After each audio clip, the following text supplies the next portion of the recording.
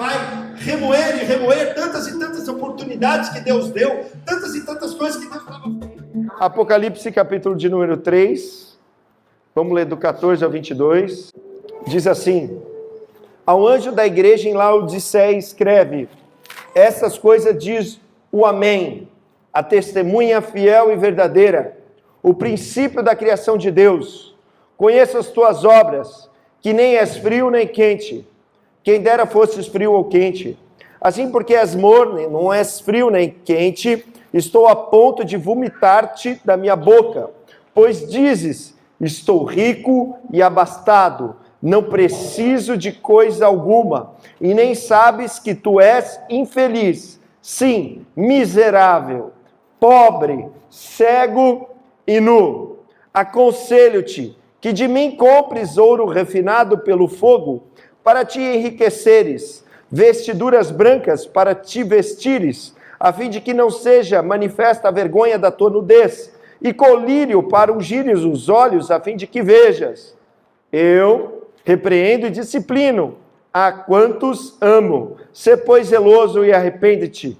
Eis que estou à porta e bato. Se alguém ouvir a minha voz e abrir a porta, entrarei em sua casa e cearei com ele e ele comigo.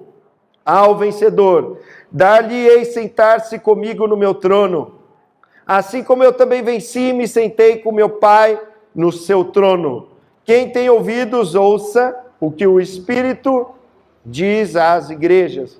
Feche os seus olhos, vamos orar. Pai, nessa noite nós vamos te adorar agora na meditação da tua palavra. Abre os nossos olhos e ouvidos espirituais. Ô Senhor, vem falar ao nosso coração, que todo mal venha cair. Eu te peço, Espírito Santo de Deus, manifesta agora aqui nesse lugar com revelação, na mente e no coração. Vem, Senhor, falar através da minha vida, e vem, Senhor, fazer com que essa semente da tua palavra dê fruto de 30, 60 e 100 por um. Que todo mal caia e o teu reino e a tua presença seja manifesta aqui. Em nome de Jesus. Amém. Glória a Deus, graças a Deus. Em Apocalipse 3, eu li com você a última carta. No início de Apocalipse, são 7 cartas a 7 igrejas específicas, né? Mas o livro todo foi escrito e foi enviado para essas 7 igrejas, e chegou até nós aqui 2000 anos depois, porque ele foi considerado inspirado por Deus para fechar o Novo Testamento. E Apocalipse não é para você ter medo, não significa fim do mundo, significa revelação, significa literalmente tirar o véu. Deus quer revelar para mim e para você mistérios que Ele tem para fazer. Assim como Gênesis mostra o começo de tudo que deu errado por causa do pecado, no final mostra a vitória porque nós temos aquele que não pecou, que venceu a morte, que é Jesus Cristo. Amém? O nosso Senhor e Salvador Jesus venceu para que você vença. E aqui Ele está falando comigo e com você. Muitos dizem que essas 7 igrejas de Apocalipse são períodos da igreja, e que a igreja dos últimos tempos seria uma igreja morna, como a igreja de Laodiceia. Mas outros estudiosos vão dizer que não, que pode ter misturado. Eu considero que sim, pode ter misturado. E essa palavra, quando eu falo, é para mim e é para você. Porque se você ler Apocalipse, no capítulo de número 1, diz que Jesus, aquele que é soberano sobre todas as nações. Quem é soberano? A palavra em grego ali, arre, que significa chefe, supremo. Então você está preocupado, governo, qual governo que é? Meu irmão, fica tranquilo.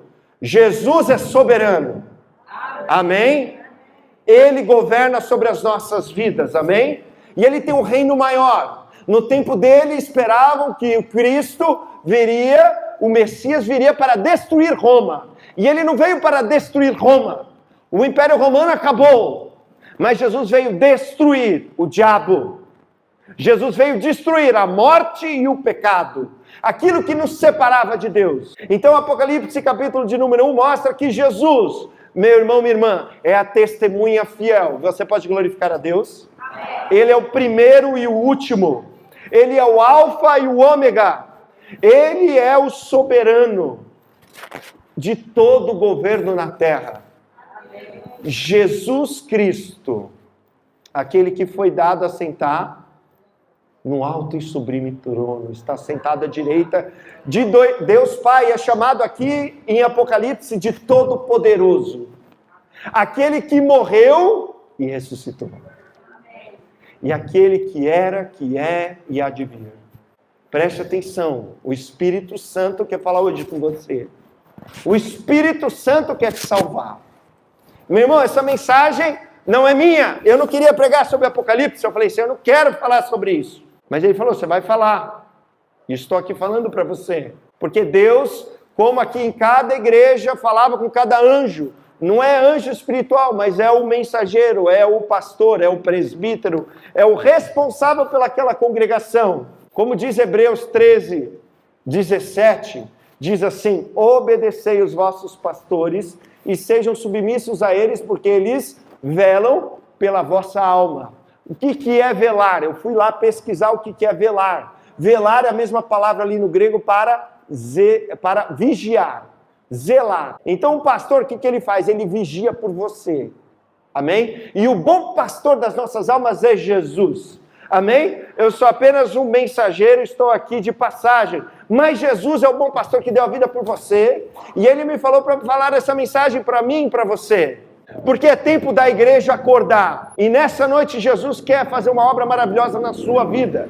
Então, à medida que você ouve a palavra, creia que Ele faz a obra na sua vida. Creia que o milagre está chegando. Creia que Ele está trazendo a salvação. Creia que Ele está trazendo a cura. Creia que Ele está trazendo a libertação. Creia que Ele está fazendo. Porque Ele trabalha para você enquanto você dorme. E aqui diz que Ele nos ama, aquele que nos amou e nos comprou com seu sangue. E nos libertou. É isso que Apocalipse diz sobre Jesus. Aquele que nos amou e nos libertou dos pecados. É esse Jesus que é visto por João, mesmo João que inclinou a cabeça no peito de Jesus na Santa Ceia. Agora quando João vê o Jesus Cristo ressurreto, que recebeu o nome sobre todo nome e toda glória, que na sua roupa está escrito Senhor dos Senhores e Rei dos Reis, você pode glorificar o nome de Jesus? Esse Jesus maravilhoso é visto por João com cabelo branco como a neve, com os olhos como de fogo, com uma voz como de muitas águas, com um cinto de ouro, com os pés reluzentes como bronze, e com o rosto como o sol ao meio-dia. Esse Jesus que sai da sua boca uma espada de 2 gumes. Foi esse que João viu, e quando ele viu, ele caiu como morto. Meu irmão, minha irmã, não se engane. Jesus não é mais aquele Jesus da Galileia, humilde sentado num jumentinho. Jesus agora é o Todo-Poderoso, preste atenção.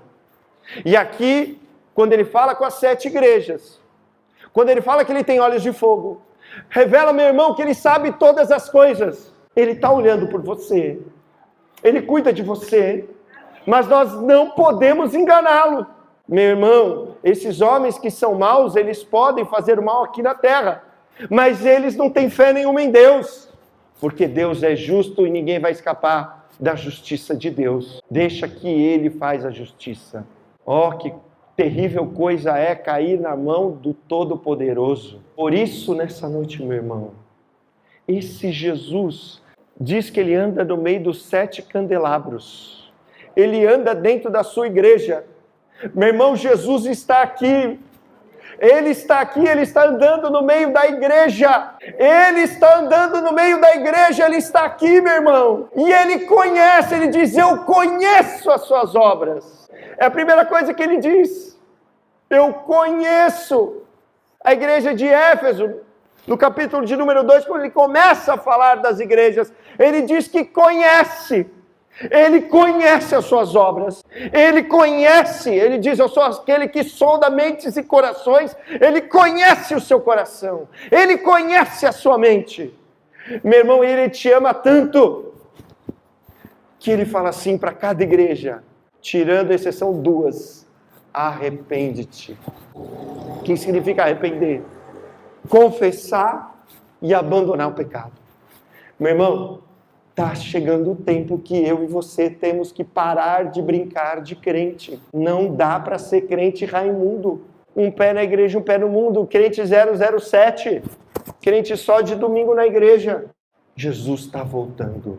E Ele está falando para mim e para você, igreja, desperta tu que dormes. E Cristo resplandecerá em ti, o Todo-Poderoso, Criador de todas as coisas. Ele é o princípio da criação, diz aqui.